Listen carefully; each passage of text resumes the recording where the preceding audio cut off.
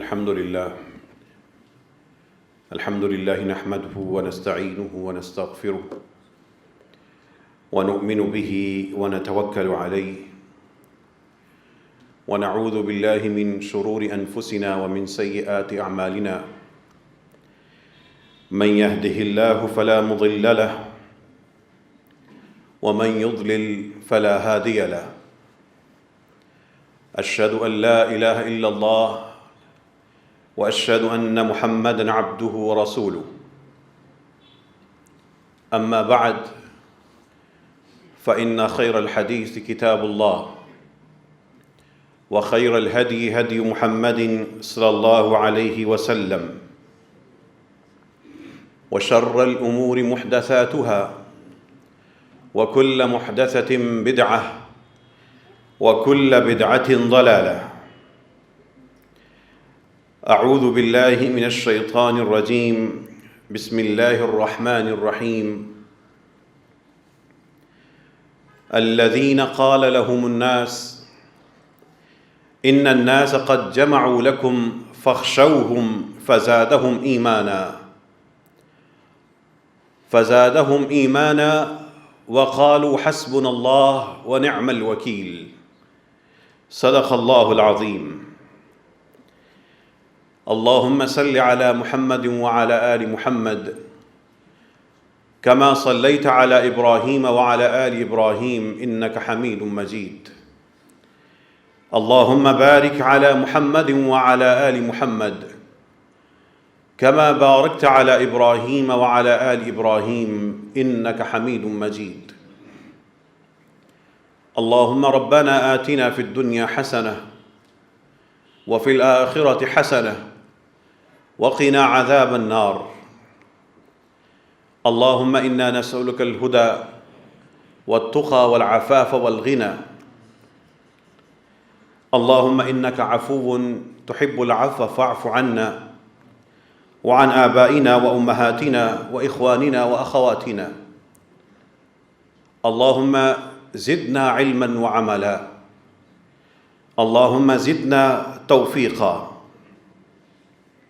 اللهم وفقنا لما تحبه وترضى. کچھ احادیث ہیں اور چند آیات ہیں آج کے خطبہ جمعہ میں. ان آیات اور احادیث کے سامنے اپنی ذات کو رکھیے اور ان آیات اور احادیث کی خوشبوؤں میں، روشنی میں، چمک میں اپنا آپ تلاش کیجیے. وہ چند صفات جو ان آیات جن کو ہم بکثرت سنتے ہیں اور وہ احادیث جن کو جو بار بار ہمارے کانوں سے ہمارے ذہن تک جاتی ہیں، سوچئے کہ ان آیات اور احادیث کا ہماری ذات پر، ہم سب میں سے ہر شخص کی انفرادی سطح پر ذات پر کیا اثر ہے. نبی کریم صلی اللہ علیہ وسلم ارشاد فرما رہے ہیں من شہد الجنازۃ حتی یصلی فلہ قیراط. جو کسی کی فوتگی پر حاضر ہو اور یہاں تک کہ اس کی نماز جنازہ پڑھ لی جائے، فلہ قیراط، تو اس کو ایک قیراط ثواب ملے گا. ہمارے گرد و پیش میں جنازوں کا اعلان ہوتا ہے اور انسان گھر میں بیٹھا سن رہا ہے، پتہ لگتا ہے، لیکن اعلان یا خبر سننے کے بعد قریب ہی جو جنازہ ہے وہ اس کو نظر انداز کرتا ہے. یہی وہ وقت ہے جب انسان اٹھے، ہمت کرے اور جا کر صرف نماز جنازہ ادا کر آئے، تو اس کے نامہ اعمال میں ایک قرات لکھ دیا گیا ومن شہد حتی تدفن، اور جو جنازہ ادا کرنے کے بعد وہیں پہ رکا یہاں تک کہ اس میت کو دفنا دیا گیا، کان لہ قراطان، اس کے اب 2 قرات ہو گئے۔ صحابہ کرام رضوان اللہ علیہم اجمعین کو 1 اور 2 کی تو سمجھ آ گئی، اور فوتگی پر نماز جنازہ ادا کرنے تک یا نماز جنازہ سے دفن ہونے تک رکنا تو سمجھ آ گیا، لیکن قرات ان کے لیے ایک نئی چیز تھی۔ نبی کریم صلی اللہ علیہ وسلم سے مراد پوچھنے لگے، وَمَا الْقِرَاتَانِ یا رسول اللہ، 2 قرات کیا ہوتے ہیں؟ یہ تولیں یا ناپیں؟ پرکھنے کے لیے یہ قرات کیا ہے؟ اللہ کے رسول صلی اللہ علیہ وسلم نے فرمایا 2 قرات 2 بڑے بڑے پہاڑوں کے برابر ہیں۔ مثل الجبلین العظیمین، وہ اعلان جنازہ، وہ آنے والا میسج، وہ قریب ہی کہیں کوئی فوت کی، دوست کی دوستی رکھنے کے لیے، رشتہ دار کے ساتھ نباہ کرنے کے لیے جانا چاہیے، مصیبت میں کھڑا ہونا چاہیے، دلاسا دینا چاہیے، لیکن کوئی ایسا جنازہ بھی زندگی میں، ایسے جنازے پڑھنے چاہیے جن کا مقصد صرف اور صرف یہ ہے کہ میں اپنی زندگی میں نامہ اعمال میں قرات اکٹھے کر لوں، اور یہ نہ سوچوں کہ مجھے جاننے والا کوئی نہیں، فوت ہو گیا لوگ پڑھ لیں گے۔ معاملہ اب اس میت کا نہیں ہے، اس سے بڑھ کے اپنا معاملہ ہے، اپنے ثواب کا، اپنے اجر کا۔ وہ دن جس دن مثقال ذرۃ، ایک ذرے کے برابر انسان کو ضرورت ہوگی، اس دن پہاڑ کے پہاڑ کھڑے ہوں گے، نامہ اعمال میں تولے جا رہے ہوں گے، ایک طرف وہ ذرے شر کے، ایک طرف یہ پہاڑ کے پہاڑ اللہ کی طرف سے دیا ہوا اجر۔ یہ ایک جنازے کی حدیث ہے، بتائیے تو صحیح، اس حدیث کے سامنے اپنا آپ ڈھونڈیے تو صحیح۔ کتنی دفعہ زندگی میں ایسے ہوا کہ پتہ لگا دوسری مسجد میں فلاں جگہ سے آواز آئی ہے کہ فلاں کا جنازہ ہے، سوچا کون سا ہمارا پڑوسی ہے، جاننے والا ہے، اپنے ٹی وی پہ لگے رہے۔ کتنی دفعہ میسج آیا کہ ساتھ ہی محلے گلی میں کسی کی فوتگی ہوئی ہے، سوچ کے مطمئن ہو گئے کہ ہمارا تو نہیں جاننے والا، وہ جاننے والا نہیں ہے لیکن وہ اجر تو اپنا ہے، وہ نبی کریم صلی اللہ علیہ وسلم کی بشارت تو ہمارے لیے ہے۔ یہ ایک حدیث ہے، اس میں اپنا آپ ڈھونڈیے، کیا میں نے اور ہم میں سے ہر شخص نے اپنے اندر یہ صفت پیدا کی ہوئی ہے کہ ہم جنازوں کو ترجیح دیتے ہیں۔ دوسری حدیث سنیے، اور خاص طور پر جو دین کی طرف آتے ہیں، دین کی راہوں پر چلتے ہیں، دین کی راہوں پہ چلتے چلتے پاؤں پھسلتا ہے اور پھر مسلک اور فرقے کی پگڈنڈی پہ چل نکلتے ہیں۔ من سرہ ان یجد حلاوت الایمان، جس شخص کو یہ بات اچھی لگے کہ اس کو ایمان کی مٹھاس اپنے دل میں محسوس ہو، فلیحب المرء لا يحبه الا للہ عز وجل، تو وہ لوگوں سے محبت صرف اس لیے کرنا شروع کر دے کہ اللہ کی رضا مقصود ہے۔ فَلْيُحِبَّ الْمَرْءَ، تو وہ لوگوں سے محبت صرف اور صرف اللہ کی خاطر کرنا شروع کر دے۔ اپنی محبتوں کو شمار کیجئے، ان تعلقات اور ان محبتوں اور چاہتوں کو، ان میں سے تجارت کی بنیاد پہ بننے والے رشتے ایک طرف رکھ دیں، ان میں سے دنیا کے رشتوں اور نعتوں کو ایک طرف رکھ دیں۔ آپس میں گزرتے سلام دعا ہو گئی، جان پہچان ہو گئی، ان کو ایک طرف رکھ دیں.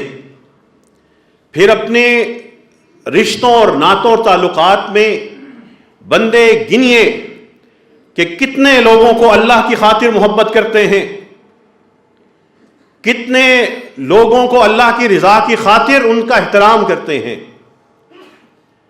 وہ زندگی میں رشتے کتنے ہیں، تعلقات کتنے ہیں، ناطے کتنے ہیں، جاننے والے کتنے ہیں جن سے تعلق اور رشتہ اور ناطہ اور محبت صرف اللہ کی خاطر ہے. اور جب اللہ کی خاطر کی بات ہوئی تو پھر جو ایک بیماری غیر محسوس انداز میں چلی آتی ہے کہ اللہ کی خاطر محبت نہیں، اپنے مسلک اور اپنی جماعت کی خاطر محبت، اسلام کی محبت پہ غالب آ جاتی ہے. پھر امت کے افراد کے ساتھ بات کرتے ہوئے، ان کے ساتھ معاملہ کرتے ہوئے، ان کے ساتھ دنیا کے امور نپٹاتے ہوئے بھی لا الہ الا اللہ محمد الرسول اللہ کی نسبت کی بجائے اپنی مخصوص شکل یا رنگ یا طرز لباس یا فرقہ اس کی نسبت غالب آ جاتی ہے.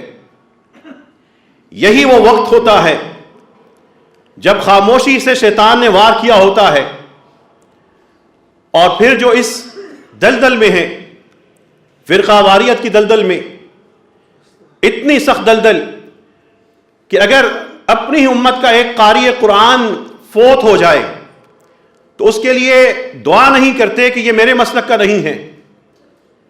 ساری عمر حدیث پڑھانے والا اس کی موت کی خبر آئے تو اس کے لیے دعا کرنے والوں کو طنز کا نشانہ بنایا جاتا ہے. یہ حقیقت ہے جو غالب حقیقت ہے. قرآن کی ایک آیت ہے وَلَا تَكُونُوا كَالَّذِينَ تَفَرَّقُوا وَاخْتَلَفُوا مِن بَعْدِ مَا جَاءَهُمُ الْبَيِّنَاتُ. لوگوں، ان لوگوں کی طرح نہ ہو جانا جن کے پاس اللہ کے واضح احکامات آنے کے باوجود وہ آپس میں فرقوں میں بٹ گئے اور اختلاف کا شکار ہو گئے.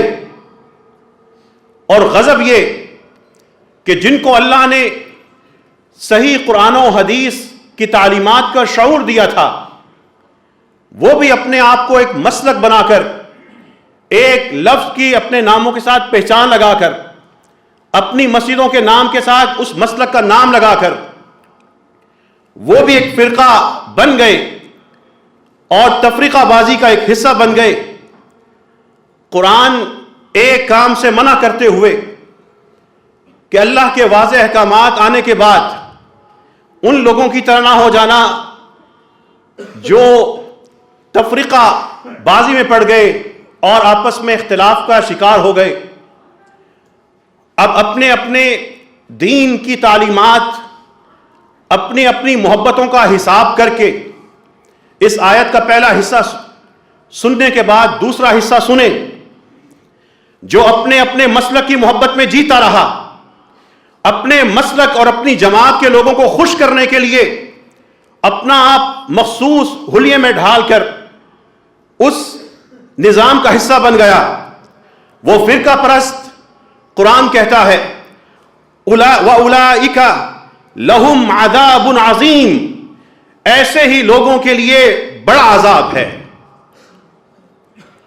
لا الہ الا اللہ محمد الرسول اللہ کا کلمہ پڑھنے کے بعد کسی اور نسبت کو معیار بنایا یا غالب کیا، ایسے لوگوں کے لیے تفریقہ بازی کا لیبل ہے اور ان کا انجام عذاب عظیم ہے. یہ آیت اپنے سامنے رکھیے اور ڈھونڈیے کہ میں کہاں ہوں اور یہ آیت کہاں ہے. یہ بات میں دوبارہ دہرا رہا ہوں. ایک طرف اللہ تعالیٰ کے احکامات اور نبی کریم صلی اللہ علیہ وسلم کی واضح تعلیمات ہیں، لیکن ہم اجتماعی طور پر مساجد کی سطح پر دین پڑھتے پڑھتے اپنے اسلام کو چھوڑ کر مسلک کے نمائندے بن چکے۔ ہم امت کی بجائے اس کے اندر مسلک اور مسلک کے اندر جماعت، جماعت کے اندر ایک گروہ، گروہ کے اندر ایک غالب شخصیت کے پیروکار بن چکے۔ ہم اگر کسی دوسری جماعت کا نیک کام ہوتے دیکھیں تو کنارہ کر کے گزر جاتے ہیں۔ ایک جماعت اٹھتی ہے، نیکی کا کام کرتی ہے، لیکن اپنا جھنڈا لگا کر کام کرتی ہے۔ یہ پیغام ہوتا ہے کہ شہرت ہوگی تو ہماری ہوگی، سلام ہوگا تو ہمارے لیڈر کو ہوگا، سٹیج پر جلسے پہ چڑھیں گے تو ہمارے لیڈر ہوں گے، کسی اور کو ہم اس کا کریڈٹ نہیں لینے دیں گے۔ اسی نفسہ نفسی میں جماعتیں بنتی جا رہی ہیں، فرقے مضبوط ہوتے جا رہے ہیں، فرقے جنم دیتے جا رہے ہیں، فرقے باپ بن گئے، دادا بن گئے، دادا کے بعد پردادا بنتے جا رہے ہیں۔ نیا دین پڑھنے والے، نئے نئے دین اسلام کے طالب علم اسی ایک جال میں جاتے جا رہے ہیں۔ سوچئے، اپنے دل کی کیفیت بتائیے۔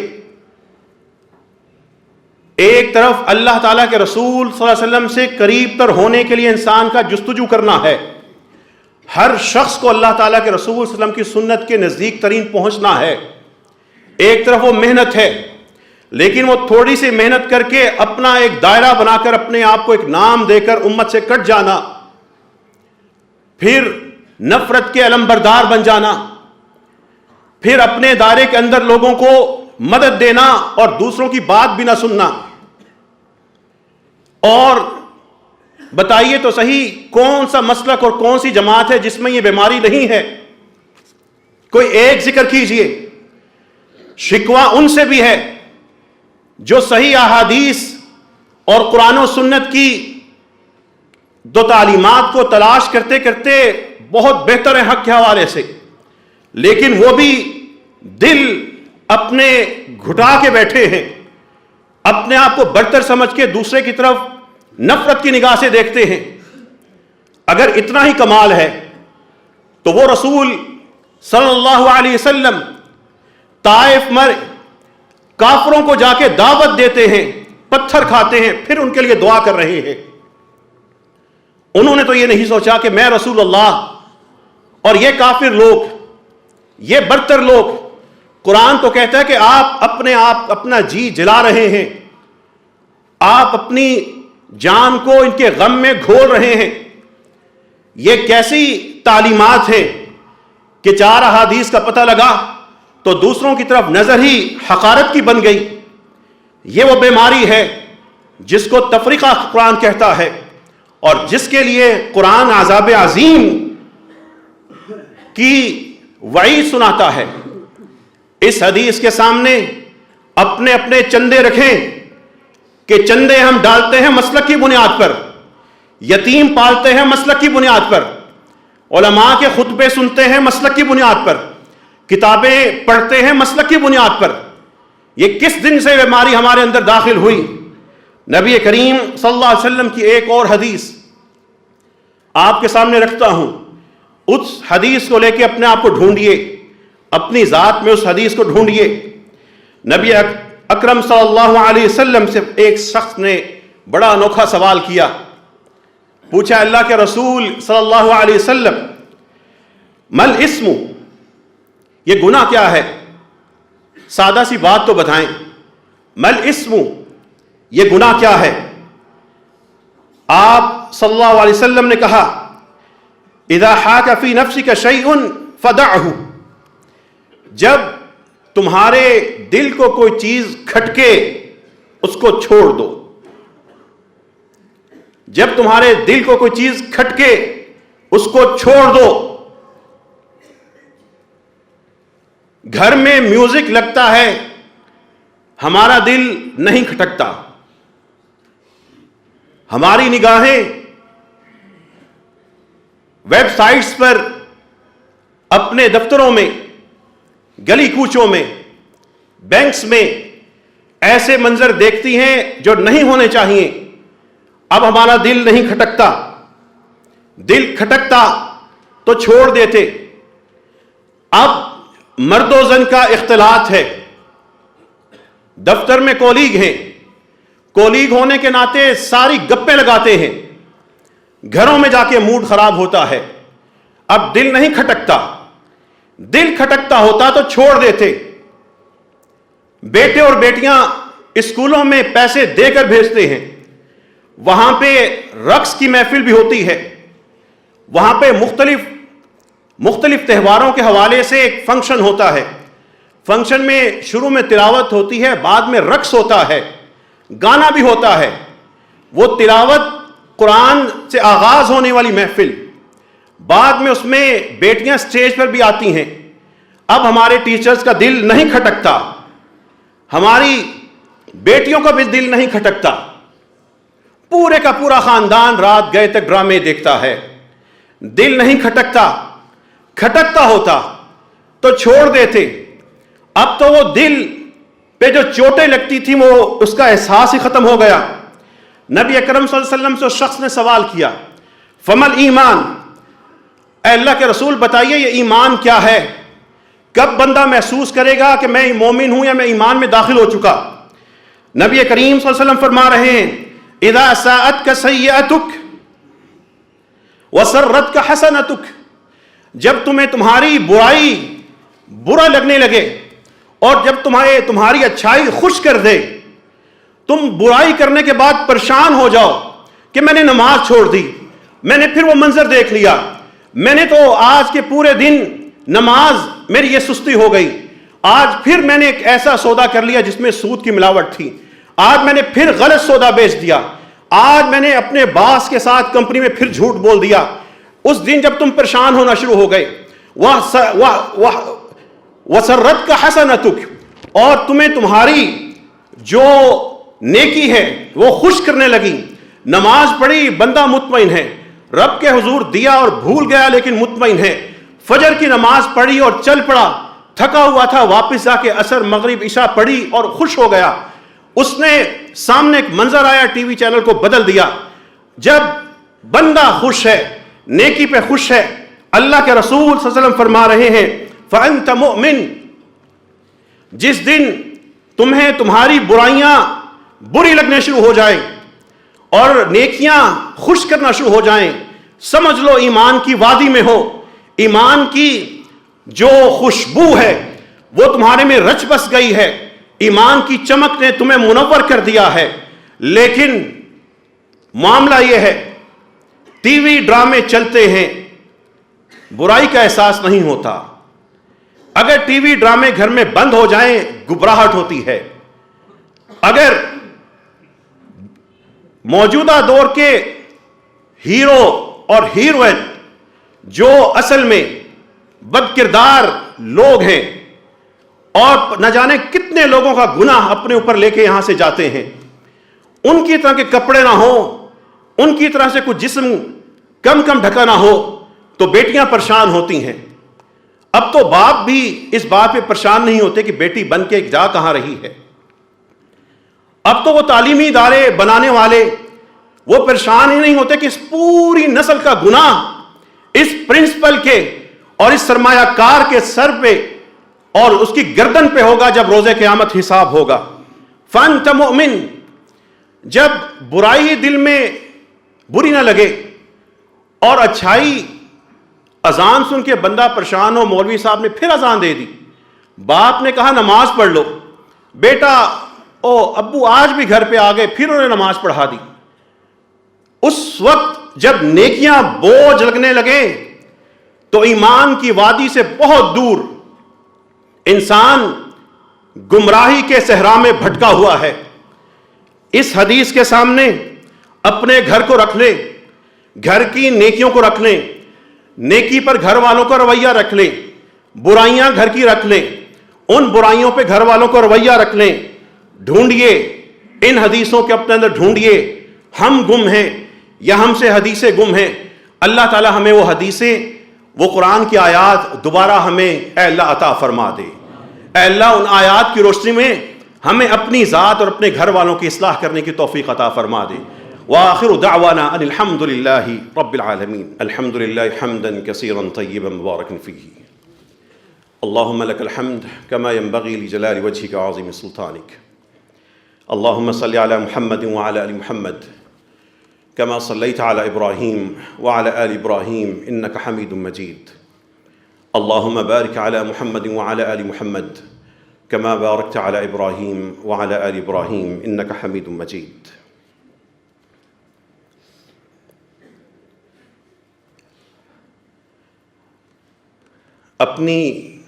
صرف اپنی ذات کا جائزہ لیجئے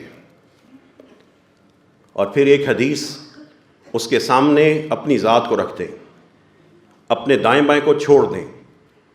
میں اپنی ذات، آپ اپنی ذات کو لے کے حدیث سنیے. کام وہی آنا ہے جو اپنے اوپر ہم نے خود محنت کر لی. نبی کریم صلی اللہ علیہ وسلم کے پاس ایک میت لے کے لوگوں کا گزر ہوا. فَأَثْنَوْا عَلَيْهَا خَيْرًا، اس کے بارے میں لوگ تعریفی کلمات کہہ رہے تھے. اللہ کے رسول صلی اللہ علیہ وسلم نے فرمایا وجبت وجبت، اس بندے کے لیے واجب ہو گئی، واجب ہو گئی.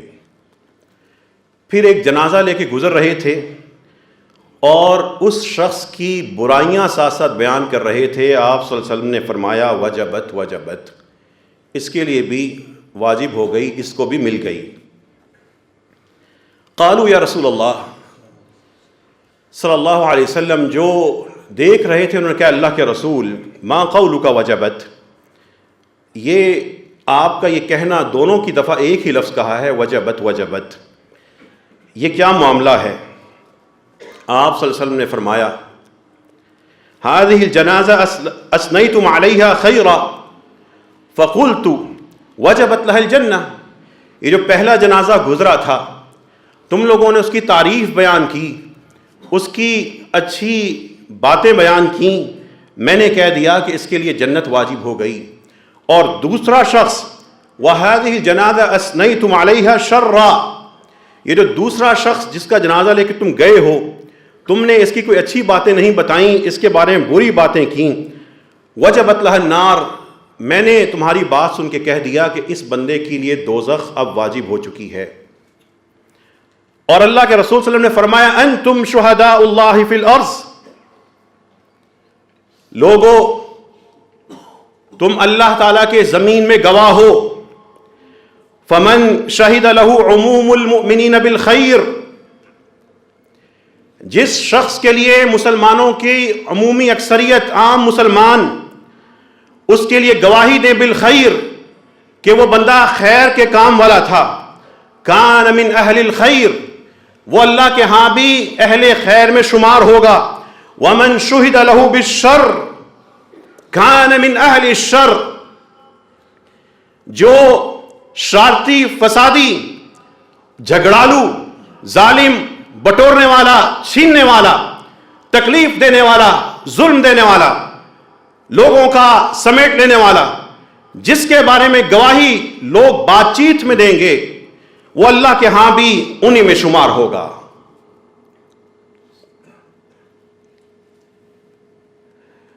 اس حدیث کو، بس اس حدیث کو اپنی ذات پر رکھ کر سوچ لیجئے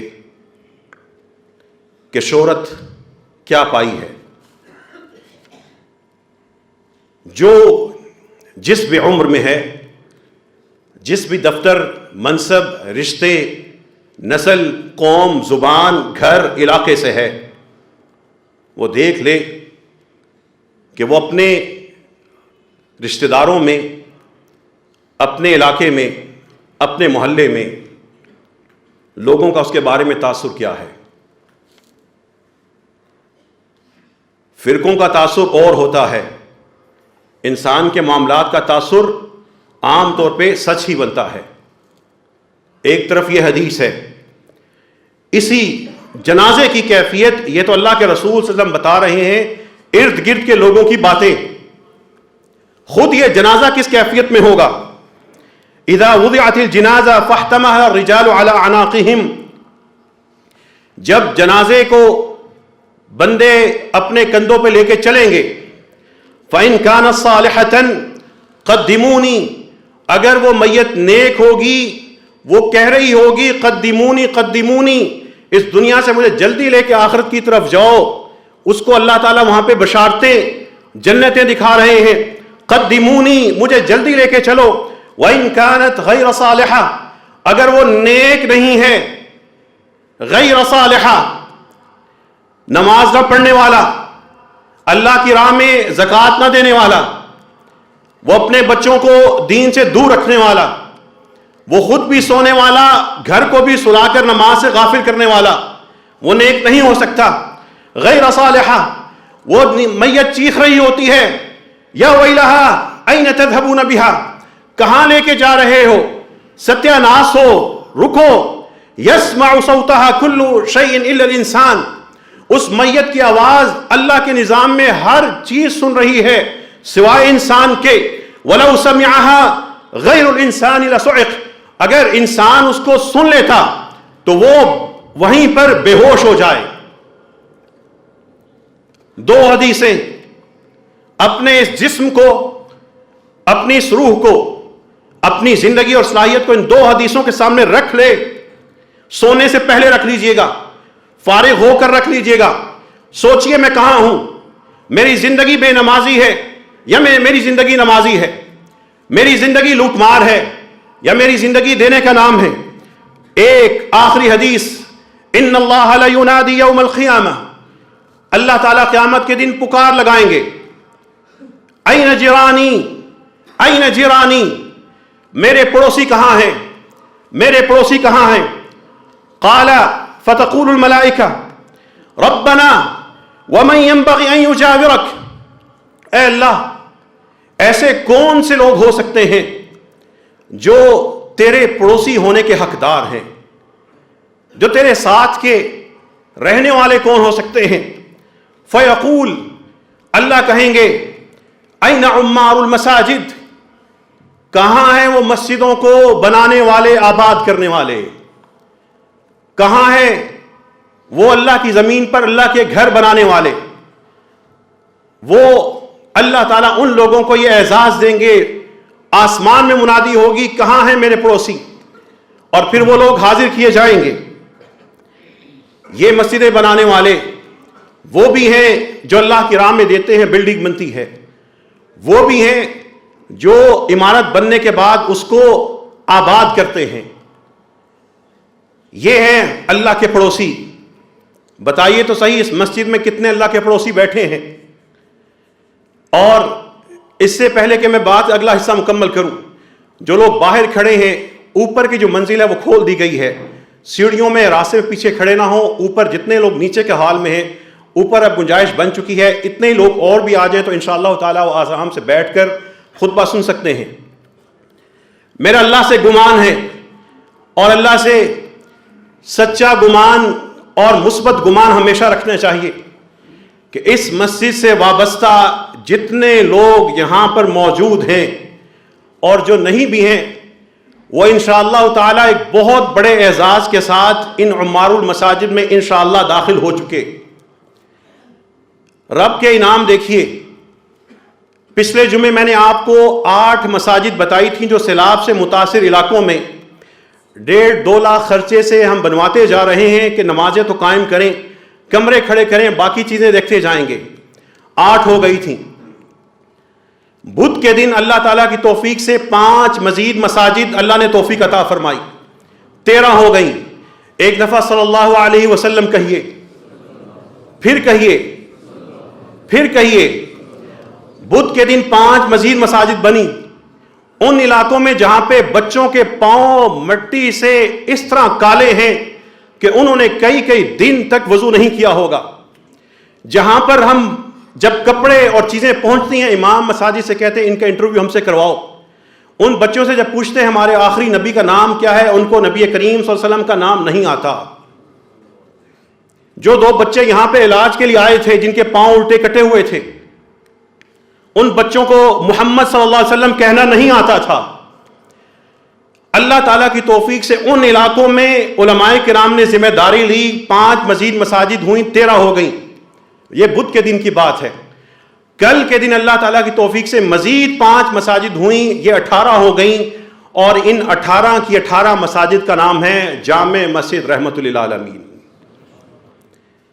یہ آج سے 3 ماہ پہلے آپ نے اور میں نے سوچا تھا، کیا ہم نے یہ مرتبہ، اللہ تعالیٰ ہمیں کسی شہرت کی محبت سے بچائے، اخلاص پہ قائم رکھے۔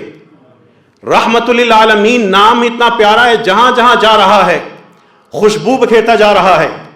اللہ سے دعا کہ اے اللہ ہم سب کو مل کے ان مساجد کو آباد کرنے کی توفیق عطا فرما۔ جن بھائیوں نے اپنے اپنے مرحومین یا اپنی طرف سے ان مساجد کے لیے 1.5-2 لاکھ روپے بھجوا کر کام شروع کروایا، اے اللہ ان کی نسلوں کو اے اللہ نمازی بنا دے، اے اللہ ان کے ماں باپ کی، بچوں کی، سب لوگوں کی مغفرت فرما دے۔ اے اللہ یہ کام ہم تیری ہی توفیق سے کر رہے ہیں، اے اللہ ہم سب کے لیے یہ دنیا اور آخرت میں اللہ آسانی اور کامرانی کا باعث بنا دے۔ دوسری، میں نے گزشتہ خطبہ جمعہ میں اعلان کیا تھا کہ مسجد ٹیلی میڈیسن سینٹر کے ذریعے جو سیلاب سے متاثر علاقے میں روزانہ اللہ کے فضل سے درجنوں افراد کو ویڈیو کال پہ علاج ہوتا ہے، دوائی ملتی ہے، جھگیوں میں، گوٹھوں میں، صحراؤں میں، پانی کے درمیان بکھرے ہوئے لوگ جو جزیرے میں سمٹے ہوئے، وہاں تک جن لوگوں کے پاس کھانے کو نہیں ہے ان کو دوائی مسجد رحمت العالمین کی طرف سے بھیجی گئی پہنچ رہی ہے۔ 1000 دیہات سے زیادہ تک اللہ کے فضل سے وہ کام بڑھ چکا۔ سندھ کا وہ آخری علاقہ تھر، میرپور خاص، بدین، لاڑکانہ، رتو ڈیرو، وہاں سے اور بلوچستان کے آخری علاقے جو آواران، خاران، چمن، ان بارڈر سے لے کر یہ کام اس وقت سیلاب متاثرین کے لیے تھا۔ مسجد کا خادم اور مؤذن اور امام پاکستان کا سب سے زیادہ غریب وہ طبقہ ہے جس کے گھر میں بیماری آتی ہے تو ساتھ ہی قرضہ ڈیرا ڈال لیتا ہے۔ وہ 5، 10، 15 ہزار تنخواہ لینے والا جب اس کے گھر میں بیماری آتی ہے وہ توکل کا اور صبر کے درس دے کر بچوں کو خاموش کرواتا ہے۔ اس کے لیے وہ کبھی اس نمازی سے ڈانٹ کھائے گا کیوں پیسے مانگتے ہو، کبھی دوسرے کی طرف توجہ سے دیکھے گا، امید سے دیکھے گا مجھے پیسے دینا، میری ماں کا علاج کرنا ہے۔ 2 دن کی چھٹی پہ جائے سارے نمازی چڑھ دوڑتے ہیں، اللہ یہ کہ جس کو اللہ نے کسی کو احساس دیا تو ان کا خیال کرتا ہے۔ وہ پورے ملک کا وہ طبقہ ہے جس کے لیے کبھی کسی پیکج کا اعلان نہیں ہوا۔ پچھلے جمعے میں جب یہاں سے اعلان ہوا تھا کہ ہم ان تمام مساجد کے خادم، مؤذن اور امام کو ہم ان کی آن لائن رجسٹریشن کریں گے، اور جس کی بیٹی، بہن، بیٹا بیمار ہے اس کو ہم فری چیک اپ کی سہولت جامع مسجد رحمت العالمین کے ٹیلی میڈیسن سینٹر سے دیں گے۔ اللہ کی توفیق سے 2 دن کے اندر، پچھلے 2-3 دن کے اندر ہماری جو رجسٹریشن ہے ان مسجد کے خادموں کی، اماموں کی، وہ 1500 مساجد سے تجاوز کر چکی۔ وہ پورے ملک کی کسی بھی تحصیل اور ضلع کا آپ مجھے نام بتائیں، میں آپ کو بتاؤں گا ہمارے ان مساجد کے اماموں اور خطیبوں کو ہم یہاں سے ان کا علاج کر رہے ہیں۔ اگلے جمعے تک پاکستان میں کہیں بھی کوئی بیٹی اپنے گھر کو پال رہی ہے، غریب ہے، ماں کے بچے معذور ہیں، وہ اس معذور کو اٹھائے، ہسپتال لے کے جائے اور مشقت برداشت کرے، وہ اپنے ہر معذور بچے کا علاج ٹیلی میڈیسن سینٹر کے ذریعے آن لائن کروا سکتی ہے۔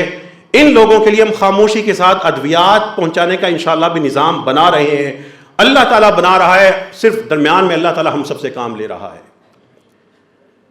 آپ کے کسی بھی مسلک، کسی بھی جماعت کا کوئی غریب مؤذن، خادم یا دین سے وابستہ قاری قرآن پڑھانے والا، آپ جانتے ہیں سادہ سا اس کا رجسٹریشن کا پروسیس ہے، 2-3 منٹ لگتے ہیں اور اس کی جانچ پڑتال کے بعد منظوری ہو جاتی ہے۔ اس کے بعد جو ہمارے ساتھ ڈاکٹرز ہیں 4 ہر وقت موجود ہیں، ان کی مدد کے لیے ہمارے ساتھ 16 مزید ڈاکٹر شامل ہو چکے۔ یہ رحمت للعالمین یہ ایک مسجد ہے۔ ابھی اگر پاکستان کے ہر شہر کی ایک مسجد اس طرح متحرک ہو جائے، میں پورے تجربے کی بنیاد پہ، اللہ کے توکل کی بنیاد پہ بات یہ کر رہا ہوں کہ سرکاری ہسپتالوں کا 50% رش یہ مساجد غائب کر دیں گی، یہ کر سکتی ہیں۔ ہم 70 سال تک ہمیں کوئی ایسی حکومت نہیں ملی جس نے غریبوں کو سنبھالا ہو، یتیموں کو سنبھالا ہو، معذوروں کو سنبھالا ہو. صرف 2% مساجد، بڑی مساجد اگر متحرک ہو جائیں، ان کے علماء دینے والے بن جائیں، ان کی انتظامیہ علماء کا سہارا بن جائے، ہمارے ملک میں کوئی یتیم، کوئی معذور علاج سے محروم ہی نہ رہے. یہ رحمت للعالمین صلی اللہ علیہ وسلم، ایک دفعہ پھر درود شریف پڑھیے صلی اللہ علیہ وسلم. 31واں ٹرک یہاں سے روانہ ہو چکا. 19 مساجد میں آج جمعے کی نماز کے بعد وہ امانتیں تقسیم ہوگی. وہ جو بیواؤں کا سامان جمع ہو رہا تھا، وہ جھگیوں میں پانی میں گھری خواتین ان بیواؤں اور بیٹیوں تک پہنچ رہا ہے، اور سینکڑوں کی تعداد میں ہمیں وہاں سے ویڈیوز آ رہی ہیں. کتنی دور سے؟ 1450 کلومیٹر دور سے. 1450 کلومیٹر دور تھر، کلوئی، ٹنڈو باگو، ان علاقوں کے وہ معذور لوگ اپنی چارپائی پر بیٹھے بیٹھے ویڈیو کال پہ علاج ہو رہا ہے، ان کو دوائی مل رہی ہے. یہ ساری کی ساری رحمت کہاں سے آئی ہے؟ یہ اللہ کا فضل ہے، اللہ کی توفیق ہے، اللہ کا انعام ہے.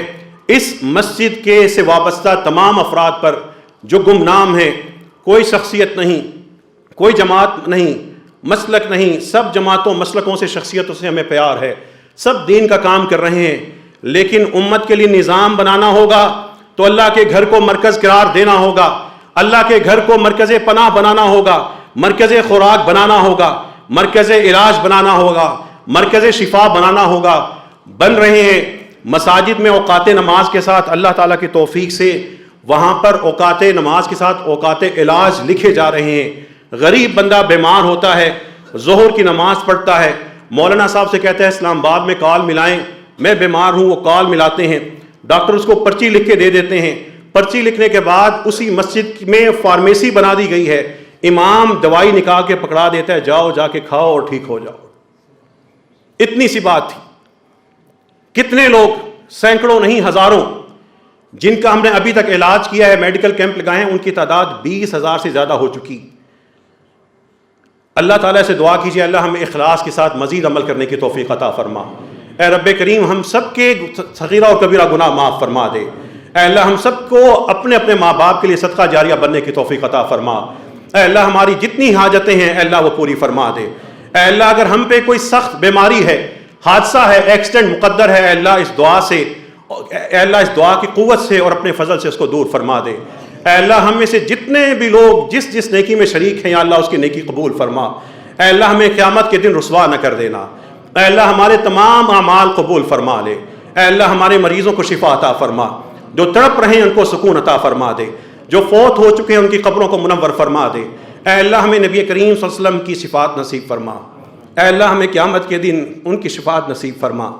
اے اللہ ہمیں رحمت للعالمین صلی اللہ علیہ وسلم کا سچا امتی بنا دے. اے رب کریم ہمیں اپنے گناہ ختم کرنے کی توفیق عطا فرما. اے اللہ ہمیں نیک بنا دے، صبر کرنے والا، شکر کرنے والا، اے اللہ نماز قائم کرنے والا، تیری راہ میں جستجو کرنے والا بنا دے. اے اللہ جو زندگی یہ تیری امانت ہے، اس امانت کو صحیح استعمال کرنے کی توفیق عطا فرما. اے اللہ مخلوق کی گواہی ہمارے حق میں کر دینا. اے اللہ جب ہماری میتیں لوگ کندھوں پہ اٹھا کے جا رہے ہوں تو ہمیں قدمونی قدمونی کی بشارت اے اللہ سنوا دینا. وآخر دعوانا ان الحمد للہ رب العالمین.